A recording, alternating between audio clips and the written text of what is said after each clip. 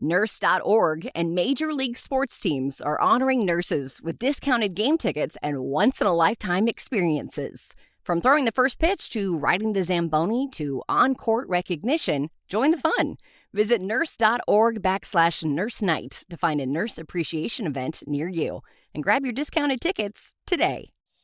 You're listening to Nurse Converse, presented by Nurse.org, a collaborative podcast amplifying diverse nurse voices. Get ready for a dose of inspiration, a sprinkle of education, and a whole lot of community. Hi, friend. Welcome back to Nurse Converse. My name is Mel from Mel's Crafty Corner, and I am so excited to be here today with Nurse.org to share my story. If you had told me a few years ago that my little t-shirt business, born out of boredom and burnout during the nursing pandemic, would one day earn me not one, but 2 Best of Nursing awards, I probably would have laughed. But here we are. This episode is for every nurse who has ever felt stuck or uncertain, unseen, or felt like your story has maybe taken a left turn that you didn't plan for. Because sometimes those detours end up becoming your destination. And my story is kind of the epitome of that. A little backstory for those of you who don't know my story. Back in 2020, I was working as a pediatric bedside nurse during the COVID-19 pandemic. And while the world was seeing nurses on the front lines, exhausted, overworked, quote unquote, heroes, my experience looked a little bit different. I was working as a PRN, which meant I was getting canceled a lot. I was also working night shift, so you can imagine how that worked a little bit. At first, it sounded nice, like, oh, I get the night off, but the weeks went on, and I started feeling this weird kind of burnout. Not from doing too much, but from not doing enough. I honestly felt helpless. I'm a nurse. I'm wired to help others, and I worked so hard to be in the position that I was, but suddenly I wasn't needed. So I needed something that made me feel productive and creative and helpful again. And that's when Mel's Crafty Corner was born, literally out of a corner room in our apartment. And we can't even really call it a room because it had no closets, so it couldn't technically be defined as a room. Hence why it's the corner. I started making t-shirts. At first it was just for fun, something to keep my hands busy while my mind was wandering. Eventually I did go back to work. I wasn't canceled one shift, and I decided to wear one of my shirts to work. A coworker loved it, made her one, and quickly the news spread like wildfire, and I was making t-shirts for all the units all over the hospital. It gave me that sense of purpose again, like I could still contribute to something meaningful, even from home. And in May 2020, I officially launched my website, shopmelscraftycorner.com. And honestly, I did it because it was taking too much to try to coordinate orders via Instagram DMs, text messages, and PayPal or Venmo. But in January of 2021, everything had changed. I had injured my back very seriously, where I couldn't work as a nurse for 6 months. Yeah, 6 months. And I'll remind you, I was a PRN, so I didn't qualify for FMLA. I had no financial help from my employer or the government. And if I'm being completely honest, I was terrified. Those 6 months were one of the hardest, excruciating, down bad times of my life. In the middle of all that pain and uncertainty, I decided to focus on what I could control.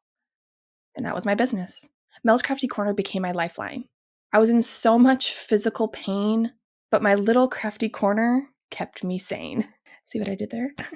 It kept me occupied. It gave me a reason to get up and create every day. It gave me a sense of purpose that even though I wasn't helping at the bedside, I was still helping my nursing community look and feel their best on and off the floor with my little t-shirts.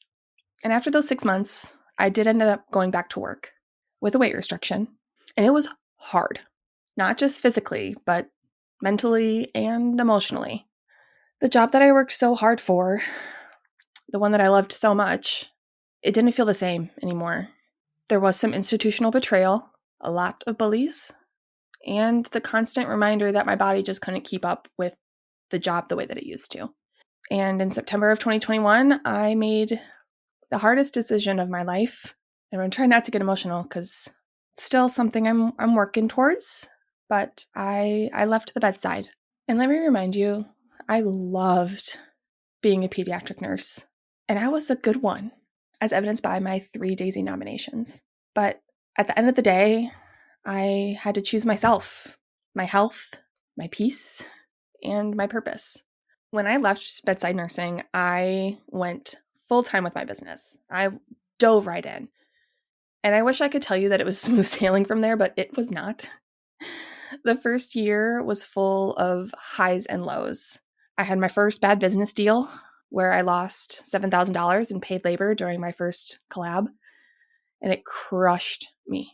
During that time, I was also going through a major family crisis, and there were many points that I thought, there's no way I can do this. I went to nursing school. I didn't go to business school. What am I doing? I knew how to manage a code, not a campaign. But I kept showing up.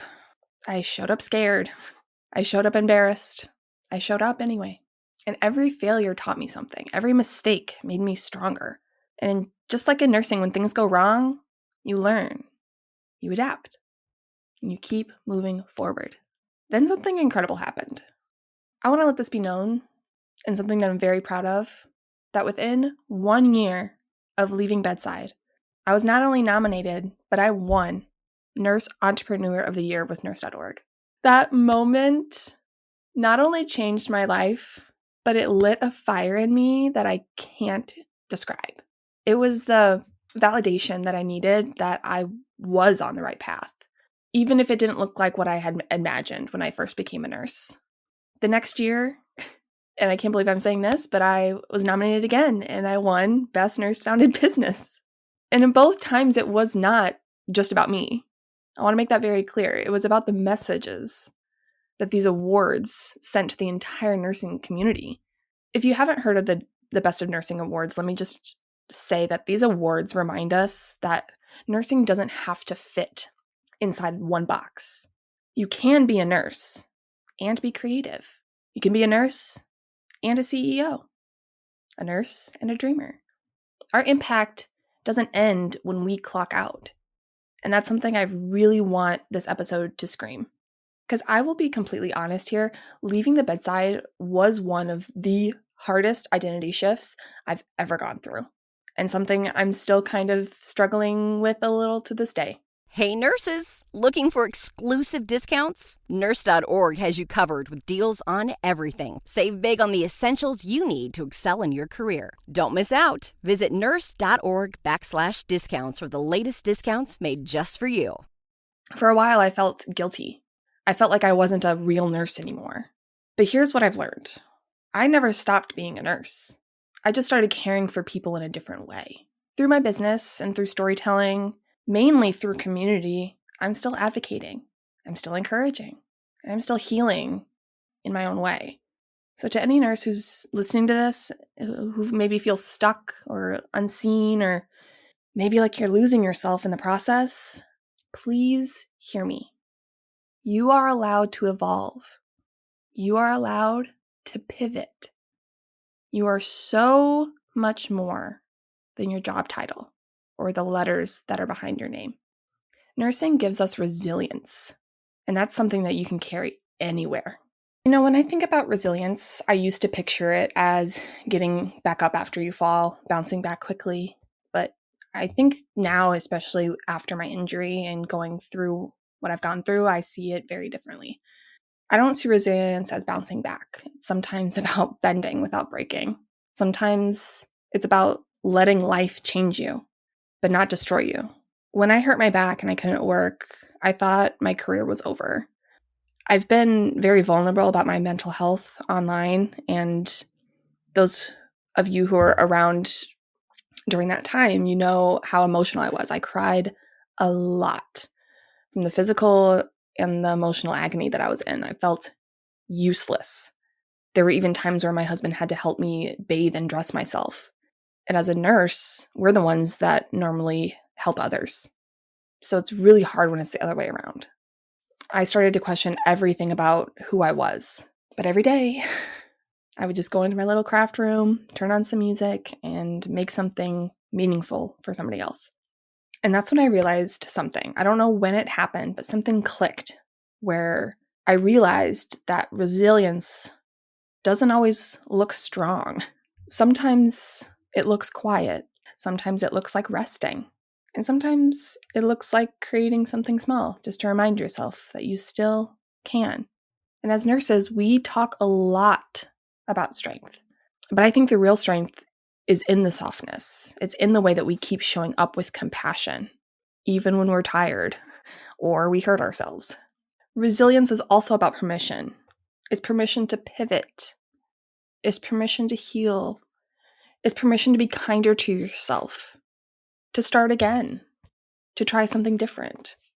It's knowing that just because one version of your story ends doesn't mean you do. And if you're the season where everything feels uncertain, I want you to remember that you have survived 100% of your hardest days so far.